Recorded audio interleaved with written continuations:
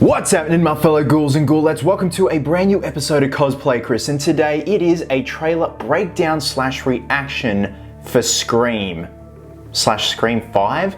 It's just called Scream. It comes out in 2022, but it's just called Scream, much like Halloween 2018, not to be confused with the original Scream 1996 or the Scream TV series. Why do they make this so hard? So anyway, they've just decided to call it Scream, but also a lot of people are calling it Scream 5 because this is the 5th installment in the Scream franchise. It is due out in 2022 in January, I believe.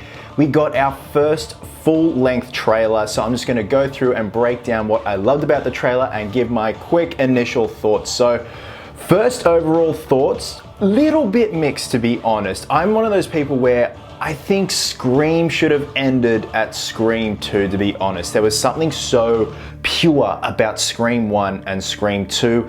And then when Kevin Williamson departed the writing area for Scream 3, something was off, and we all know that Scream 3 is very different from its predecessors. Then when Scream 4 came out, it was good, but it kind of just felt like it was on its own, if that makes sense. And it was great to see Wes Craven came back, and I think Wes is one of the biggest selling points of the Scream franchise. You can't do Scream without Wes, but I'd like to think that they've gone ahead with this knowing that they've done Wes proud, so that's why I'm very open-minded about this. So the trailer starts off, we see Jenna Ortega's character, whose surname is Carpenter, which obviously is a throwback to, can't quite pick it. It'll come to me. So this scene right here is what I was worried about. For me, Scream was perfect because it came out at the right time, right place with how technology was in the late 90s. Now we have devices, apps, smartphones, smart houses, smart coffee machines. This scene utilizes the fact that we have so much technology and it's at Ghostface's disposal. So we see her having a text conversation. Now the phone keeps ringing, it says you should answer it. And then she says Amber question mark, and this isn't Amber. Maybe because I'm not Randy. Love that, nice little throwback. And also Roger Jackson is back to voice Ghostface and sounds brilliant as always. We then see Ghostface attack her, and then I'm guessing she ultimately meets her demise, but very much in the vein of Drew Barrymore's character from the first Scream. Now what I love is that obviously this house is linked up as a smart house. You can unlock and lock the doors via your phone or tablet or something like that, and Ghostface has overridden that and taken control of the house, which, very smart, very brilliant, and initially that's what I was worried about. I thought there's just too much technology these days. We just don't have, you know, the simple landline phone as in 1996 and 1995 and a voice changer. You know, times have changed, things are a lot more complicated, but the fact that things are much more complicated, Ghostface is using that to their advantage. Now I am darting back and forth to my laptop here because I've got all the screenshots saved that I do want to touch on and talk about, especially there's one shot at the end that I really want to talk about because it's one of those things where a lot of people are going to nitpick and be like, who the fuck is that? I love this shot of Ghostface here, man, right before she meets her demise. He looked badass, man.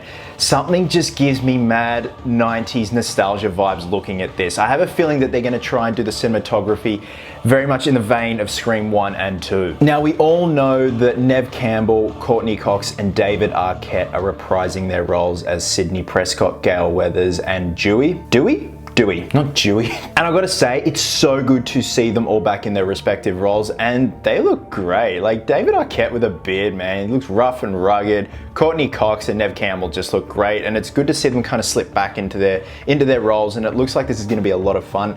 Good reunion, but also mixing the old with the new, because we have a new cast of characters who I'm sure I'll warm to, but at the moment, it ain't no Matthew Lillard, it ain't no Skeet Ulrich, but you gotta be open-minded about these things. I love Neve Campbell's line in this trailer, I'm Sidney Prescott, of course I have a gun. So from my understanding, Sidney no longer lives in Woodsboro. She's obviously moved away, trying to get away from her past, and Dewey seems like he's still stuck in that town. Much like Mike from Stephen King's It, who just doesn't seem to want to leave Derry, Maine. Murders start happening, Dewey then calls Sidney, so she's obviously coming back to see what's going on. I think it's gonna be one of those things where you've got this copycat killer that might be celebrating an anniversary of the Woodsboro murders, motors or something like that. Because we are in an age now where nostalgia sells, man, especially when it comes to movies. You know, we've had a movie that's come out 20, 30 years ago that hadn't had a sequel, and finally they do a sequel now. But it's taking advantage of the fact that there has literally recently been a big anniversary with the first Scream. Now, another big returning character in this film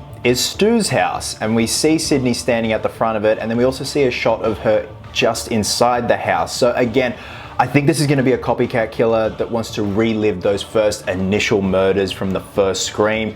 Maybe lure people back to Stu's house to relive and recapture that moment. Now, along with that badass shot of Ghostface, I love this shot of Dewey walking down the hallway of the hospital, and the fact that he throws down with Ghostface. Nice little reunion, even though it's clearly someone else. But Dewey just looks grizzled, cranky, and just had enough. So this is a screenshot I want to talk about. There is a split-second shot of someone on fire, and I was just like going through the little frames, and it looks like a flailing robe, so it looks like Ghostface is on fire. I don't know how many Ghostfaces are going to be in this film. It could be one, it could be two, it could be three, it could be several. We don't know. Now, judging from the back, it's either Sydney or Gail, and yeah, it looks like Ghostface is on fire, man. So there's not really much else to say about this trailer. It's good that it's vague. It's just shots put together, you know. It's very well edited. It goes well with the music, with the beats and stuff like that. It's good to see the old cast of characters back along with fresh faces that are essentially warning them of the rules. This is how it works. This is how it happened for us back in the day. And I honestly think that it's going to revolve around an anniversary of some sorts from the initial murders and luring people back to Stu's house, like I said, to relive and recapture those moments. I keep referring to the first Scream. They could be also honing back to the second Scream. Not sure at this stage. Because there recently was an anniversary of the first Scream, I'm just assuming that that's what they're going for. Again, I really think this franchise can't continue without Wes. That's just my personal opinion, obviously, because I'm a big fan of Wes and what he's created for us. But other than that, man, I'm very open-minded about this. I'm really excited to see where they go with this. I want there to be nostalgia. I definitely want there to be nostalgia, but I also want there to be something new. Case in point with the fact that they're utilizing how advanced technology is these days that's at our disposal.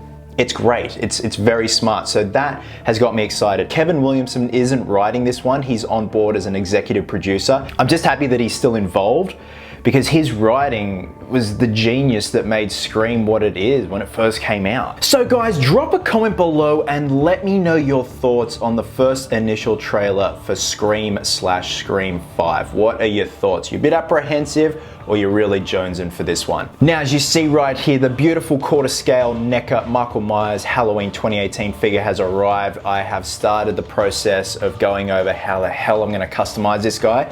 It's already a beautiful figure as it is, but that hair's gotta go, man. We gotta give this guy real hair. So I will be converting him into the Halloween Kills look of Michael Myers. So guys, thank you so much as always for watching.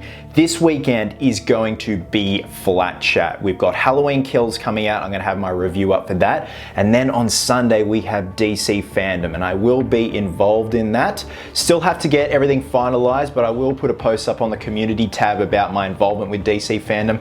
I'm gonna be trying covering as much stuff as possible, but the priority is the Batman, Black Adam, and the Flash. So a lot of videos and a lot of content is gonna be happening this weekend. Guys, wherever you're on the world, have yourselves an absolute cracker of a day. I hope you're well, hope you're happy, be merry, be silly, and until next time, ghouls and ghoulettes, please always remember, cosplayers do it best.